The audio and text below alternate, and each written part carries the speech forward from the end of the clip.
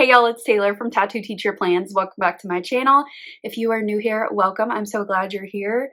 So I was thinking about some of the common questions that I get from people in the community, especially those who are new to it. And one of the most frequently asked questions I get is, why do you have 4 planners? Like, why 4? And I don't think they're trying to be ugly about it. I think they're just genuinely curious because 4 seems like a lot to some people. And I've used 6 or 7, and I've used 2 or 3, and even 1 way back in the day. And 4 seems to be like a really good sweet spot for me. I feel really comfortable with my system of 4 planners. So I thought that I would show you how a typical week works with my system of 4 planners. So I'm going to start with my goal planner, of course, and then I'm going to move into my everyday planner, and then throughout the week updating each of those, taking my teacher planner to work. You'll even see that like in action at school. And then at the very end, you'll see my memory planning process. So you'll get to see little pieces of my process throughout the whole week. And I hope that that is helpful for some of you because I'm always curious to see how people use their planners together. So I hope that you guys are too. Let's get started. So we're going to start with my mäksēlife. This is my goal planner. And it also houses my pre-planning and my memory planner notes. And so what I start with on Saturday morning usually is I sit down and I write my goals for the week. I also look back at the week before and I finish checking off things and just seeing what I need to transfer to the next week and what needs to just be put on hold. I also reconnect with my monthly goals over here and just see what I can check off again and what I need to do for that particular week. So setting my goals first, or my weekly action items, I should say, this actually helps me in the rest of the whole system. So this is a vital first step. So I've got my goals set. I like to do this where I don't have any distractions. So I didn't film it for you, but this is my weekly action list for this week. So I've got everything set up in my 8 categories. I'm trying to be really realistic lately and not trying to overwhelm myself or do too little. So I feel like this is a good blend. I've been doing a lot of the same things every week, but I feel like consistency is good. So I'm just going to go with that. All right, so my next step after I set my goals for the week is to pre-plan for the week. And this helps me to look at my entire week. What do I need to get done? And just what are the big things? So first I look at my monthly spread, check and see if there's any events, which this week, nothing at all. I've got some videos in there, but nothing at all. No events, no birthdays, no nothing. So I'm going to take my pen and I'm going to write in just my videos, and I like to put them up here in this little space just because it's a consistent space that I can use. I do like to separate with some washi, and I do that pretty much before the week starts, so I have this set up for the whole month. So already I know that I'm getting a blue apron delivery on Tuesday, but I'm going to go ahead and put in my videos real quick, and then I'll show you my next step. Okay, so there's things that I do every week that I like to put in here because this is the information that I use to build my decorative spread that's functional. So I'm going to write those in real quick, and then we're going to consult my teacher planner. Okay, so these are the basics. Now I'm going to look at my weekly actions and see if there's anything that's like has to get done this week, and then I'm going to put that in there. So looking at this list right here, the only thing that's really jumping out at me is like tidying up. I like to actually schedule that. So I think I'm going to put that on Tuesday and Thursday. And then for habits this week that I want to put in my functional spread, I think it's going to be PT exercises and my 15 minutes of intuitive eating learning and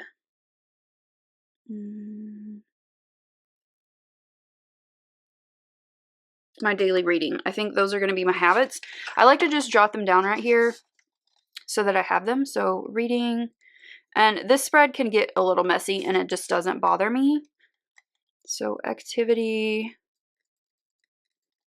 and PT, I think is what I said. No, I think I said, yeah, I'm going to not do activity. I'm going to do 15 minutes of intuitive eating. Okay, so those are going to be my habits that I'll put in my spread. And then for my big three for this week, I usually put budget as one of my big three, or my top three.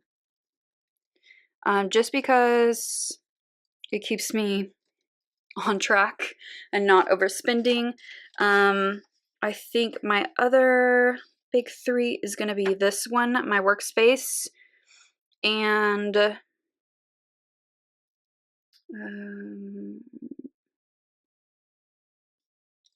I think skincare. I'm really trying to make that a priority. So skincare and what did I say? Oh, my workspace. I need to finish cleaning up my workspace at work, obviously. Okay, so this is like my pre-planning. Now, before I actually film my decorative spread, I have to consult this big honkin' thing. This is my teacher planner. I only take it home on the weekends, and I need to actually move this over here. So I need to see what big things do I need to mark in my spread, and I only put in big events. So what I see here are meetings on these 2 days, and it's the end of the 3 weeks. So on Tuesday, I'm going to put up here meetings, and also on Wednesday. And then on Friday, I'm going to put that this is the 3 weeks mark. We have to have our grades updated. Okay, so there's that. Now, my teacher planner is going to go back to work, and it's going to stay at work for the rest of the week because this is like my brain at work, and it needs to just stay there. Plus, it's big and heavy, and I just only really want it at work and then at home on the weekends. So this is going to be put away, and then we are ready to actually get to my decorative spread in here. So here we are right here with my next blank page. This is an undated planner, so I just go in order of the weeks, and I've already got my kit picked out for this week. I have an old kit that is just super cute, and I never used it, and I found it, and I'm like low on kits right now, so I'm just going to make use of this little mini kit. So this is going to happen in just a moment. So I'm going to go ahead and build this spread in my Planning Roses planner, so it's ready to go for the week. Now, I call it functional because it really is functional for me, but it's also pretty and it's fun to play in here every week. So yes, I build these spreads for fun, but they're also like something that keeps me on track that I check in with every single day. So I'm going to go ahead and build this spread, and I will be right back.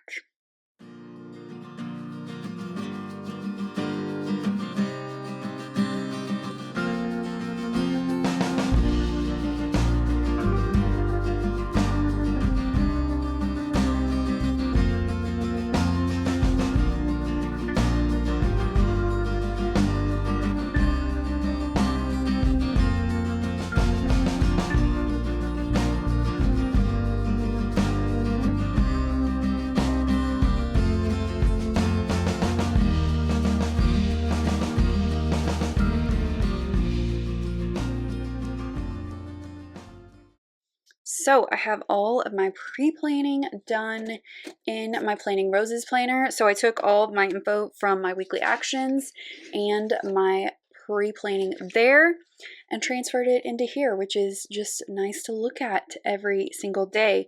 So the next part of my weekly routine is to update all 3 of these planners throughout the week. And each one of them has their own purpose. And so I really like to check in with them every single day. Well, I have to. It's part of my routine. So my teacher planner, like I mentioned, goes to work and stays there all week. It comes home with me on Friday. But I sit down and I spend time in this planner all day at work. This planner, I check in with at the end of the day. And then this one I check in with in the morning and in the evening. So I'll show you clips of all of these processes so you can kind of just get a glimpse of what I do when I sit down with each of these planners. So every morning before I go to school, I sit down with this planner and I look over my day and just see what's going on. And then I just look on my sidebar and see what are my top 3, and then just the rest of the week, what's ahead, and then look at my checklist and my habit trackers, check off what's needed or what I've already completed. And then in the evening, I sit down with these planners again. So I fill in whatever I did that day, which including my workout, and I usually use a half box or a quarter box for that. And I just like to see that in my planner. It just gives me some satisfaction to go ahead and write that after I've finished it. And then I also just either plan out the rest of my evening or I will note what I did. So this evening, I wanted to get some editing done, and I also wanted to have a self-care night, which was also on my goals for this week. So that's what I'm doing here. And then before I finish with this planner, I want to check on the other side, see what's upcoming, and then also fill in my habit tracker and then check off any to-dos that I may have gotten done that day. Then I go to my mäksēlife and I just review my weekly goals or my action items. And then I go ahead and journal in the things that I want to put into my memory planner. And these are just very quick notes, things that I will remember for when I actually sit down to build my memory spread. It's messy. It is just very brief, but I know what I mean. And it's a good time for me to just reflect on the day, see how everything went. And then the box at the bottom I use for daily gratitude. And I'm really enjoying this system. Not only is it functional for me and helpful when I build my memory spreads, but it's also just a good part of my routine. Meanwhile, at school, I open my planner on Monday and pretty much leave it open the whole week unless I take it to a meeting. And this is the start of the week, so it looks pretty bare except for my lesson plans. But as the week goes on, I add checklists and events and keep everything organized in different columns for different purposes. And then I take it home on Friday so I know over the weekend what's coming up the next week.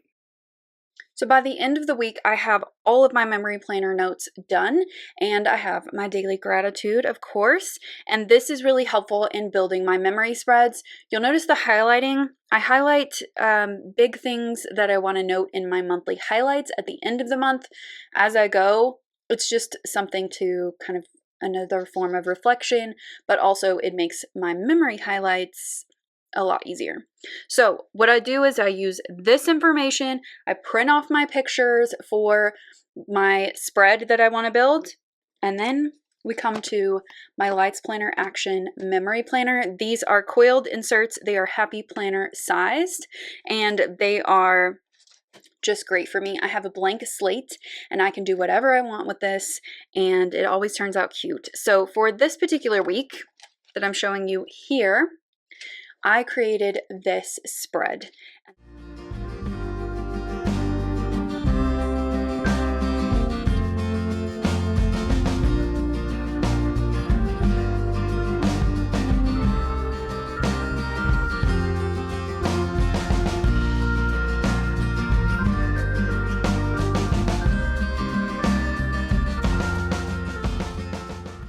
I just love this so much, and this is a really special planner to me. This is my memory keeper, and this is the last thing I do on Sunday. Sometimes I'll bump it to like Monday or Tuesday of the next week, but I like to get it done, you know, when it's fresh on my mind. So this is a memory spread that's pretty typical for me, and I use my notes from my mäksēlife to build this because otherwise I wouldn't remember anything. And I want it to be like a true representation of my week. And so this system together, my notes really help with building these spreads. And this is just so special to keep and to look back on. I just flip through it all the time because I just think it's just so fun to look back at. But without my notes here, this would not work out very well. I've tried that before and it's not good. So not only does this help me with like actually building those spreads, but it also gives me some reflection every day, which is also good. So I've got my 4 planners. They all have their purpose. They all give me something, and they work really well together. So I've been finding that this system is just really good. It's really good. So I hope that you guys enjoyed this video. If you did, give it a thumbs up and subscribe if you're not already subscribed. And I'll see you next time. Bye.